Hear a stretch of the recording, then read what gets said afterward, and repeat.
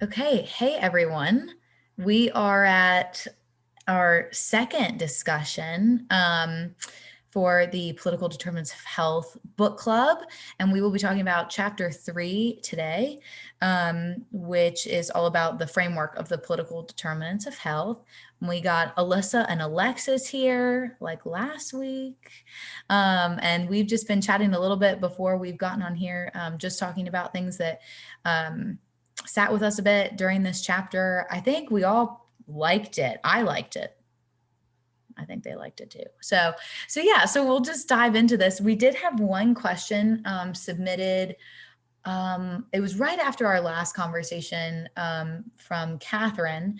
And her question was, after reading chapter 1, I was interested to learn how political determinants of health differ from social determinants of health, but what are the main differences? Which I thought this question kind of fit really well with this chapter because there was conversation about the differences. Would either of y'all want to take that? You need to? How you want to go about this? I can take it. I'll take it. I'll take it. I'll take it. So, well, because I was like, we had this question for a while. So I was like, let me prep this. Okay. So to get to the just definition of the differences, right? So social determinants of health are the conditions in the environment in which people are born, live, learn, work, play, worship, and age that affect a wide range of health, functioning, and quality of life outcomes and risk. And depending on which model you're looking at, there's like 5 to 6 elements. So the main ones you typically see are economic stability, neighborhood and physical environment, education, community and social context, healthcare system, and then sometimes you see food as a part of it as well. So these are the things that are happening in that environment that affect overall health outcomes. Now, political determinants of health, the main 3 components were voting, government, and policy. There was another definition in the book.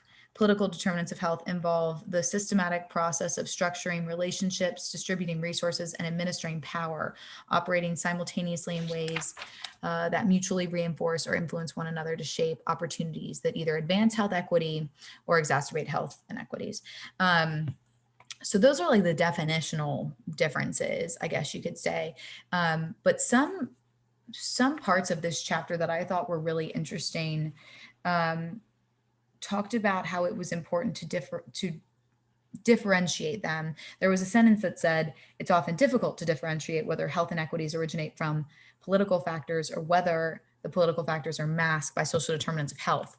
And I think this is where that confusion comes in, because when I first started reading this book, I was like, okay, these things kind of seem similar. But I think that this chapter does a really good job of kind of taking that apart and really getting the reader to understand what is the political determinants of health, because it's not really something that we talk about in our programs, really. Even just like the political aspect of how that impacts health overall is something that's quite challenging to discuss in programs. Do you guys want to go off of anything that I said? Did I miss anything? Yeah, absolutely. So basically, like as you were saying, Courtney, social determinants have a lot to do with like you as an individual, what affects your day-to-day life and how does that affect your health. And so what the political determinants really are is when you would examine a social determinant like food, as you said, and kind of ask yourself why, policy-wise and legislatively we've ended up here.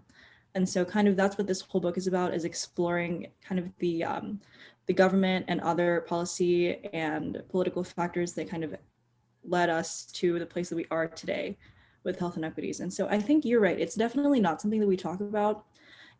Even from a public health setting, we kind of went through our classes like, oh, if you live in this neighborhood, you're more likely to have these health conditions versus if you live in this neighborhood. But then kind of going back and understanding why those neighborhoods are different in the first place is probably based on a different politically motivated strategy that happened, however many decades ago.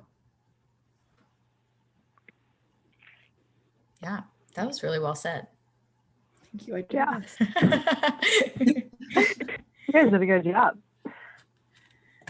And I think the other thing that I just wanted to talk, this was I guess a couple sentences, a couple lines that really stood out to me about this. And it was talking about the Supreme Court.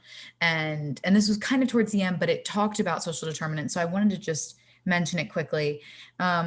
the court would rather view inequities as products of private choices or products of social determinants, so they do not have constitutional implications or legally enforceable remedies.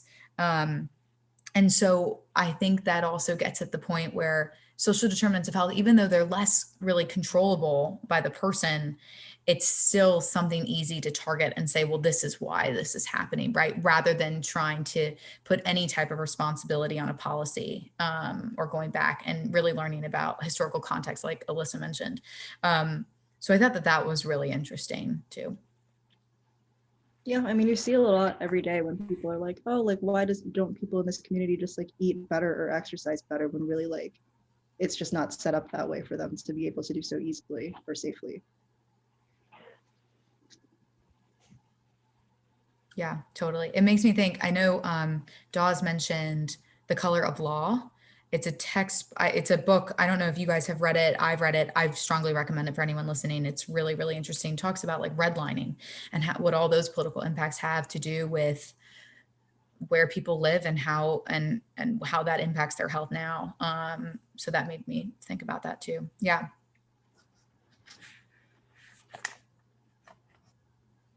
Other topics? So I'm trying to find the quote. I had my highlights. So we had touched on this a little bit earlier, but the quote by Donna Christensen. So maybe we could just talk a little bit about that and just the influence of how certain policies or institutions maybe could prevent us from being able to make decisions based off of evidence and science. So just to recap, Dr. Christensen had said, like, one of the most disappointing revelations during my tenure in Congress has been the refusal of many lawmakers to follow or base our policies on what the science or research demonstrates.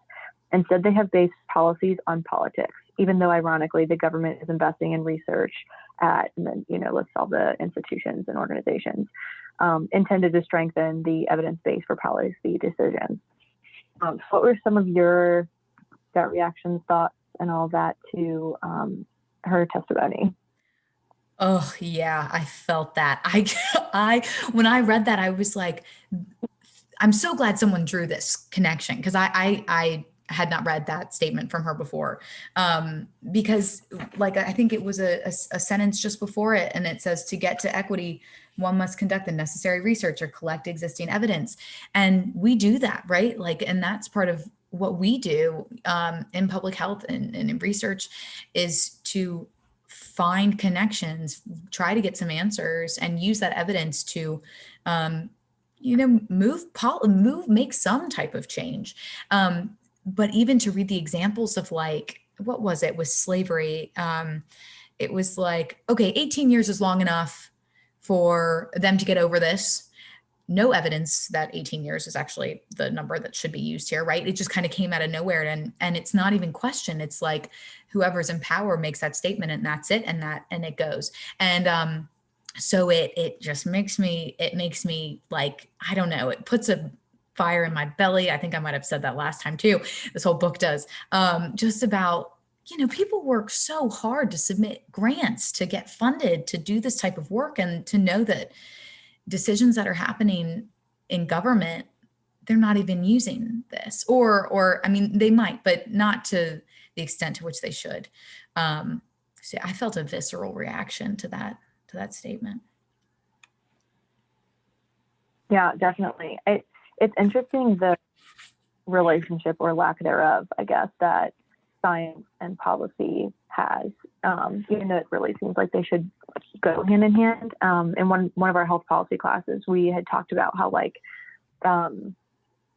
in the policy making stage, like even when they try to engage researchers, not that this is like the case all the time, but just in some scenarios, like, either they engage them with like an outcome in mind that they want, like, because the research is to be angled, like, I want it to prove X, or sometimes the researcher gets involved in the policymaking process at the wrong time. So, like, instead of working together to express the proper procedures of how research is going to work and what we're going to do, like they end up missing each other. And so then the researcher might come with evidence that kind of contradicts the policy or present some new information that they didn't consider. And so then we're just kind of like hodgepodging and piecemealing things together. And so it's just interesting to like, it makes sense to me, but it's interesting to just now like look at it with that lens and just see repeatedly like examples historically and like currently where that, you know, kind of shows face. And like you would think we could kind of learn by now or like figure that out, but I guess it just shows like how complicated, you know, the whole process is and politics in general. Yeah, it's interesting that you say that about too the like the piecemeal and like the patchwork approach that we have. I think it was like the first page of this chapter was talking about that. Like, you know, no matter how hard we try to straighten that stuff out, like we're always gonna have it. And like it even like trying to move forward from that will still make the system complicated. And especially when you have to think about like how different parties like may have to compromise in terms of like getting things passed. So like, you know, the political system is going to continue to be complicated. So it's going to be definitely a lot of work on everybody's end to kind of figure out how we're going to get that stuff done.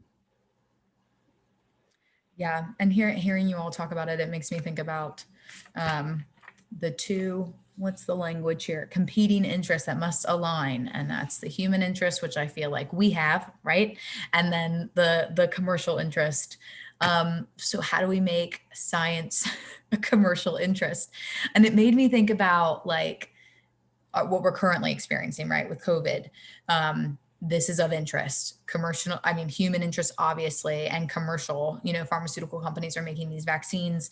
There's obviously enough interest to get something like that in production, but how do you get something, I don't know, as like systemic as, I don't even like systemic problems that have been such an issue for so long. It's like, how do you make that a commercial interest? I mean, even COVID, like you're like, oh, like Yeah. human interest, obviously, but like the truth is, like hundreds of thousands of people have died. Yeah. Yeah. And I feel like a lot of people are still really focused on the commercial aspect of like when we're going to be able to like return to normal, and by that they mean like, you know, going to work and buying things. Right. Mm. It just makes me realize how much I wish I knew about the political system, right? Because like, I mean, we get into this type of work because we want to help people like that. I think overall that's how we get into public health, right? We want to do some type of change to make health better for people. And you realize that there are roadblocks and barriers that feel really out of reach. And I feel partly because I just don't know enough about this, you know, to really dig into it. But this is helping, you know? Absolutely. Yeah. Yeah, I agree. I feel like the older I get, I feel like I sound like I'm 80. Like the older I get, the more, you know, like the more I'm like, what, this just doesn't make sense. And everyone like around me, they're like, yeah, welcome to like 2020. I mean, like, seriously, are you just now like making these connections? But, you know, I think like we grew up in learning about like US history and it's framed in one way. And, you know, half the time people don't even pay attention. Whenever I've been overseas, people from other countries always know more about US history than I do, which is sad, but the sad state of affairs that I'm in. But, you know, the older I get, the more I realize like, yeah, I think understanding and knowing how policies work and who the key players are and how they can influence those things are important, especially considering like we're in the research side of things and they need to be able to talk to each other and find some common ground and figure out like a way through it, I guess. So it's all very interesting. And yeah, I agree with the fire in your belly. It's interesting to think about like how, oh, sorry. No, I was gonna say, how a lot of people feel, I don't know if a lot of people feel this way, but it kind of seems like we were reading what you guys spoke about earlier with the Civil Rights Act, and like after 18 years, they were like, oh, like the consequences of slavery are probably over now. People still think that now. It's been like 200, you know, 200 years or I don't know how long. And, you know, it's becoming clearer, I think, at least on my end, that like those effects are still in place. And yet like people still think that it's over already, you know. So I think I don't really know like how to package it and present this information in a way that like people will not only accept but like be able to process. I think it's gonna take some very savvy political and public health work. Yeah, I had, when I had read that, I was like, okay, wow, this is wild, that would even happen. But I also was just like, so what is like a valuable, impactful, and sustainable solution, you know, like, and how do we, I mean, obviously I don't expect anybody here to have the answer, but like, you know, like what does that even look like? Because nothing seems like it would ever really be enough, you know, which I don't know if it's even like reversible at this point, you know, or, so I'm like, what does that even look like? And how do we even go about that? Especially if we can't even recognize that it's a continued issue, you know, I say we, but like, you know, the people out there who think 18 years is okay. So like, how do we even start, and like, what is enough, you know, how can we do that? Yeah, and I hope as we read through this, answers answers to those types of questions become more clear. But I will say though, like when you started it, it made me think about like the phases of advocacy, and that he listed, and it was like the second half of that, which is the engaging in the process, and like what does that mean, you know, acting to enable, prioritize, and force opportunities. What does that actually mean?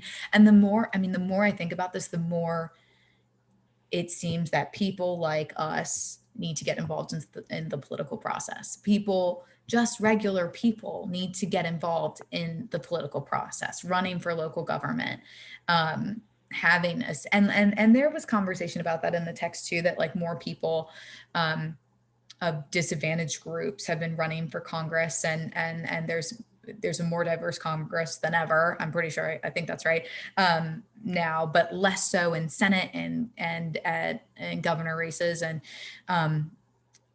but I think about this all the time. Like maybe I'll just run for something. You know, who knows? But getting into it and providing a different perspective, because it seems like it's so far away and so distant, but it shouldn't be. I mean, the way that this system was created is so that you represented your constituents, your people. And now I don't even know. Do you guys know what the ratio was? They said, what was it? A couple 100,000 people on average to one representative. Oh yeah, one House member is like 750,000 Americans. Right. Which is, and it's expected to grow, right? So how do you actually maintain that relationship? Do you know your congressperson? I don't. You know what I mean? I feel lucky to see our mayor walking down the street sometimes, you know, and I should talk to him. But it's just, I think it's become so distant and it feels so out of reach. But I think if we try to make it feel like it's a bit more approachable by actually participating in it rather than just voting, but like getting involved in the actual government process, I think could be a way. I don't know. Right. It was also cool to read about like once you vote, you know, while people do run on platforms, like once you vote, all you're doing is electing the person. And then from there, the person that you've elected into government still has to kind of finagle their way into getting that, you know, platform passed. And so like, as important as it is to have somebody who represents like your values and all that, they also do have to kind of have that like political savviness that you need to get things done. And I think that like a lot of us, I definitely do it. Like once I voted, I'm like, yeah, like I'm so confident that like this person is gonna be like the person who, when realistically there are so many like different barriers that like still have to happen before we can have change. And I think that's why a lot of people get frustrated with, you know, voting and like other parts of the process also, because it's like you know, it's like, what's the point? But really, like there's so many other things that have to be taken into account. Yeah.